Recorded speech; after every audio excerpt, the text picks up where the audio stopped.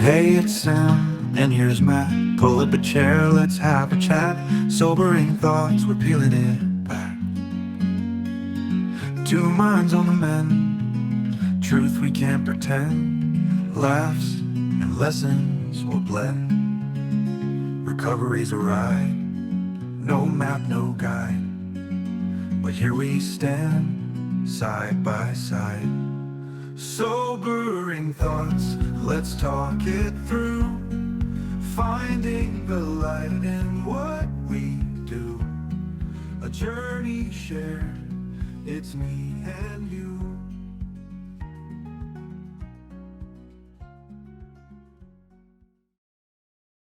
Hi, everyone, and welcome to another Sobering Thoughts. Today, it's just me, Matt, no guests, no interviews, just my story. This isn't going to be an easy episode for me to record, but if sharing my journey helps even one person feel less alone, then I think it's worth it. So sit back, take a deep breath, and let me take you on a road of my fall and my rise to recovery. So growing up, I was, well, let's just say I didn't have the easiest start. I was diagnosed with ADHD as a kid, but back then there wasn't a lot of understanding around ADHD, and especially in school. So it was easy enough just to put you on ADHD medication. And my parents really didn't like that, so they took me off it. It just kind of changed the person who I was. So I could say I've probably, suffered from ADHD my whole life. High school was a bit rough. It wasn't the most popular kid, and far from it. I was teased and bullied a lot, and made me feel like I didn't quite fit in anywhere. I did have some friends, but they were very close knit, and not a very big circle. Looking back, I think that the feeling of not belonging planted a seed that I just wasn't accepted to feel like a part of a group or any group really.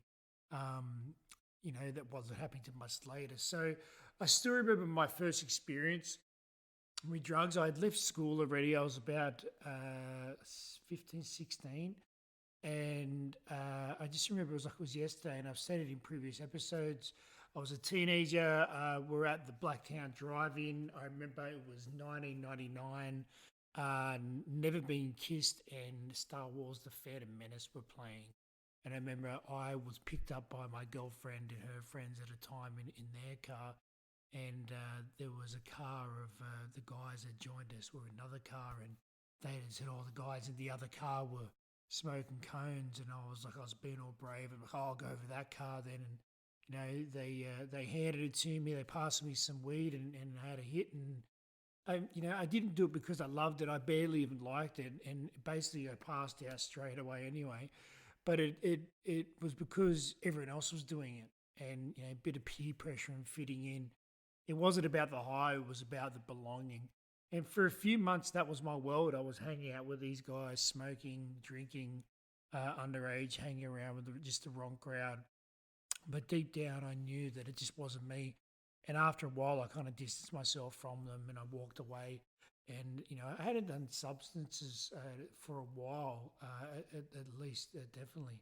And then, so if we fast forward a couple of years, I was about 19 and I was working night shifts at a cold storage warehouse pickpacking, as I've mentioned before in previous episodes. And the goal was to hit 1,000 boxes a night. And to be honest, I was crap at this job. And I would do 800 boxes or 700 boxes, and the bosses would get up me and say, Matt, McGilvray, you're crap. If you don't pick up your game, you're only casual. We're not going to get you in anymore. So no matter how hard I tried, I just couldn't keep up. And I'd watch the other workers just smash out their targets by first break. And then I finally asked, like, how the hell are you guys doing this? And their answer was speed. They were all ex-convicts. They were all there, just because it was an easy job, a casual job that paid good money. And they told me it was speed. And so at first I started snorting it. And then I was bombing it, so just drinking it. And then before too long, as I said in previous podcasts, I was just gravitating towards those guys that I knew they were IV users. I don't think I knew they were IV users. I just knew like what we were doing in our little group was different to what they were doing. And then I found out like that's what they were doing. And that's when my world really things started to spiral. Um, I'd probably been using IV for a few months. I think over my probably 21st birthday, I started getting into it. My parents moved away down the south coast not long after that, and around this time. So I didn't have that like parental supervision anymore. And so I was young and independent, and I was living actually with the guy that first shot me up. And so that was just like the biggest mistake ever. And I was just totally unprepared for what addiction would do to me. Um, so there was, I think I felt like I kind of lost that family connection because the woman who was my dealer was like this older lady. Every morning at 8 a.m., I'd be at her door, like knocking on the door, and she'd greet me like a mother would. Oh, Matt, she'd say, you're all skin and bones. Let me make some jam on toast and a cup of tea. And in a weird way, I kind of craved that connection, that parental kind of love that maybe I was missing, or just someone being there. And of course, she was there just to take my money, but my broken, addicted mind just didn't see it that way. It was like I'm getting this parental thing, but I just got to give $50 for it.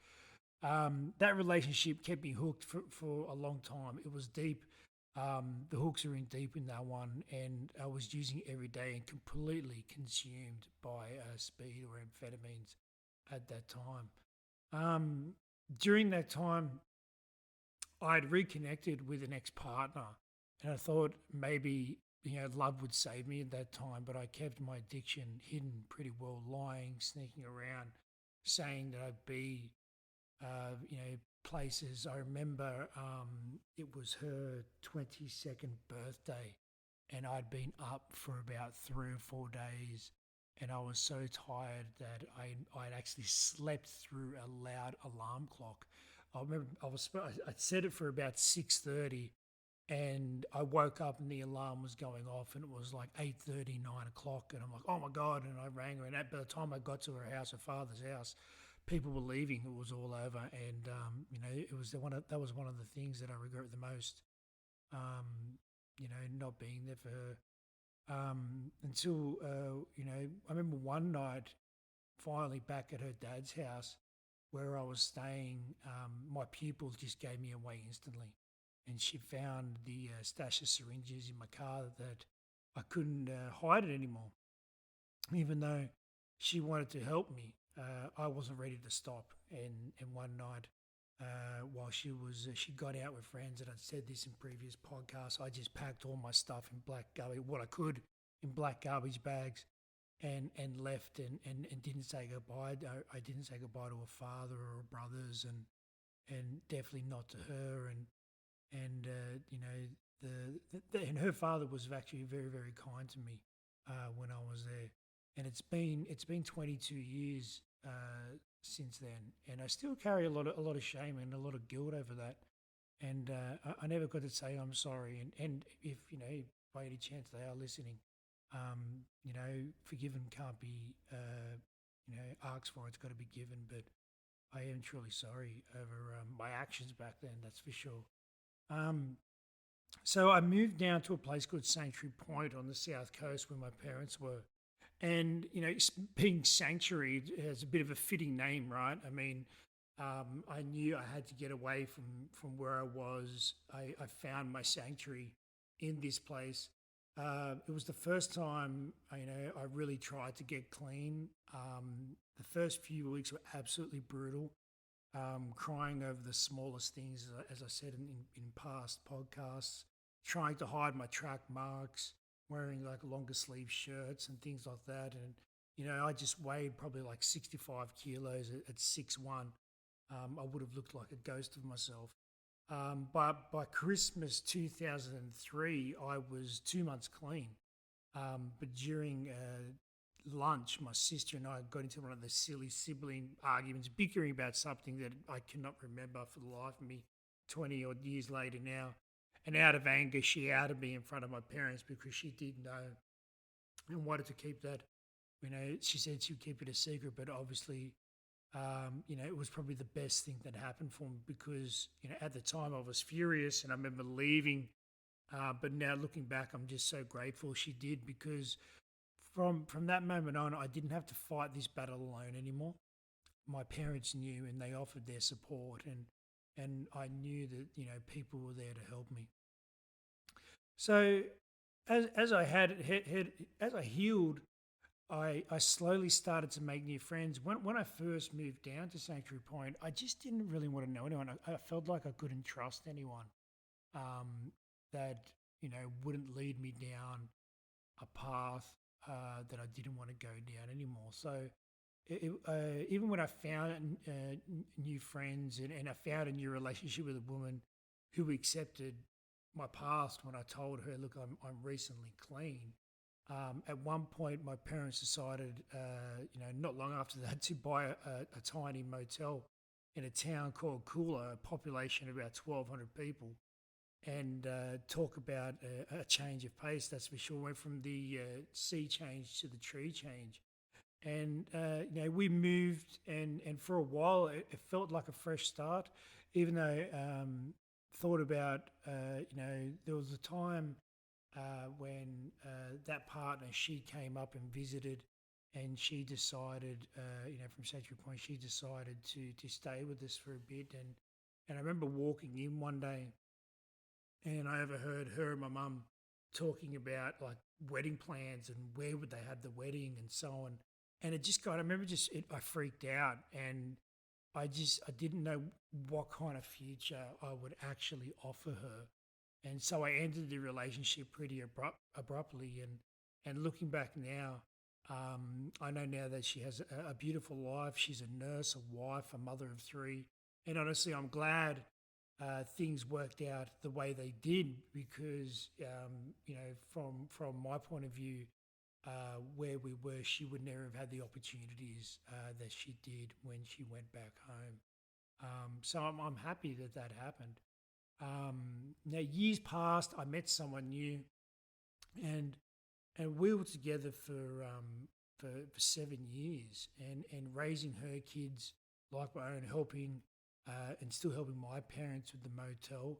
Then in my mid 30s, I had a crazy idea. So what if I went back to school? My partner at the time, she thought, she wanted to do a photography diploma, and I had always said, hey, look, I've always wanted to, be a counsellor. So I did, and I looked it up, and I had enrolled in a diploma of counselling at the Jansen Newman Institute in Sydney, and I was absolutely terrified. I hadn't been in a classroom for many, many years. I excelled in a few subjects in high school. I remember English and science and history were probably my top subjects. But just going back to school at the age of 36 was very, very daunting. But I surprised myself. I actually excelled. And I remember the day I graduated, my dad was there and telling me how proud he was. And it felt like redemption a little bit. It felt that, hey, maybe I could come back and make a change. Um, so using that the generalist diploma of counselling, I tried to get a job and ringing a lot of places and things like that. And they keep asking me, so what's your speciality? And I'm like, I don't have a speciality. And they're like, well, you have to have a speciality. You can't just say generalist counselling. And I said, well, it's a bit of everything. It's not just one thing. I've learned from all these different theories. They said, no, no, no. We definitely want you to have a speciality. So I ended up doing another diploma, a diploma in alcohol and other drug, which took me another, I think, year and a half. And finally, I had the tools that I felt that I could make a real difference. I had a counselling diploma and a diploma of alcohol and other drug. And then it wasn't long after that, I saw an ad on Facebook, of all places, for jobs for juvenile justice, and like dreaming of helping young men turn their lives around. But in reality, it was absolutely a brutal job. My 5 years there in juvenile justice, I remember the first week I was spat on, I was punched, I was headbutted. Hospital, I had to go to hospital at least 3 times for x-rays of my ribs. I remember a horrible situation being involved with a hostage situation with a young person wielding a weapon with me, with another staff member. And it took its toll. It definitely did. It took its toll physically, mentally, definitely, that I still struggle with today. Um, it's something that I'm still trying to work through. So you know, after that, I'd been in that relationship for 7 years, and I wanted more. We were living apart. We were living an hour and a half apart. There was no way that person could have moved to Dubbo with me from Cooley. She had too many responsibilities, and I wanted someone with me the whole time. So that relationship ended, and I found myself back in the dating scene in Dubbo Tinder. So if you imagine Dubbo Tinder, it's let me tell you, it's very slim pickings. But for one night, actually had a Facebook message from a stranger that I'd never seen before, and she'd seen my profile through the people you may know on Facebook, and she'd seen it on Tinder, and I had happened to be walking out of work with that mutual friend that I'd asked her. I said, "Oh, who is this person? Oh, she's lovely. You should talk to her." So I ended up we did start talking and going back and forth. And this was actually during the time of COVID. So this was 2021, I think it was. And because of COVID, we just couldn't meet right away. And when we finally did, we had to become bubble buddies. As if anyone remember we had to register with the government just to meet each other. And it was magical. And this woman is now my wife. We got married last year, and we're going on to 2 years married March next year. So 2 years later we were married, and be March 9th next year we'll be 2 years married. So I'm kind of getting ahead of myself here. So we were kind of together. We got engaged, and we wanted to move to Wollongong. I had left juvenile justice when I'd moved out. So what happened was I put in for a transfer to another centre here in Campbelltown, and basically got it straight away. When my partner at the time, she put her transfer in, and it took 6 months for her to actually come down. So I was living in Appin by myself for a long, long time. And when she finally moved down, I'd finally left juvenile justice and got a job facilitating a day program for people in recovery, finally, for the first time, using my past for good, and using those certificates that I studied so hard for. So after a year and a half, I moved into my current role, which is working in a rehabilitation centre, engaging with people in recovery every single day. And this is my purpose and my passion, and I think my redemption. And along the way, I've made some incredible friendships, including one with a certain amazing woman named Sam that you know. I know she's listening right now. Hi, Sam. Sam, thank you for always having my back. And definitely, hopefully she'll be back next week with us. So just closing up. So that's me. That's the good and the bad, the failures and the wins.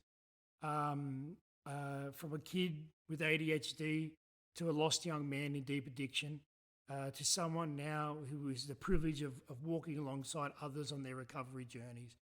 I wouldn't be here today without the people who've supported me along the way, and you know who you are. And if you are listening, thank you from the bottom of my heart. And to anyone out there right now struggling, please know this, that you're not alone. Recovery is possible, and I'm living proof. So thanks for listening to my story. Until next time, this has been Matt, and you've been listening to Sobering Thoughts Recovery with just Matt. See you next time. Bye. Thank you for listening to Sobering Thoughts with Sam and Matt. Please leave a like or subscribe, it would help a lot. See you next time for more talk and laughter.